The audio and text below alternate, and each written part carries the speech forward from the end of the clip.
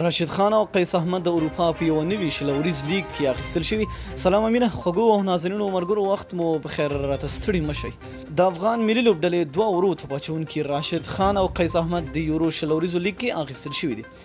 یاد لیګ د ایرلینډ، سکاټلینډ او هالینډ په ګډه جوړ کړی او د هر هیواد دوه لوبډلې پکې برخه اخلي.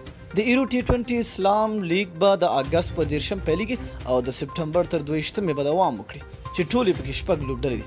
راشد خان د روتردم رینوس لوبډلې لخوا اخیستل شوی او قیس احمد بیا د ګلاسکو جاینټس لوبډلې لخوا اخیستل شوی دی. د یورو شلوریز لیګ به د ایرلینډ په ډبلن، د هالینډ په امستردم او د سکاټلینډ په ایډنبرګ لوبغالي کې یعنی په میدان کې ترسره شي.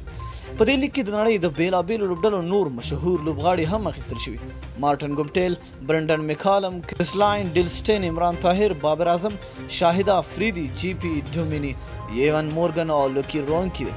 هر لوبډلې 18 لوبغاړي اخیستي چې د خپلو کورنیو لوبغاړو سربیره به بهرني لوبغاړي به هم پکې لوبیږي. نو مینه هم دوستانو چې ویډیو مو راسره تر پایه وکته. د لا نورو ښکلو معلوماتو لپاره زموږ چینل سره سبسکرایب کړئ. تر بلې ویډیو د الله په امان.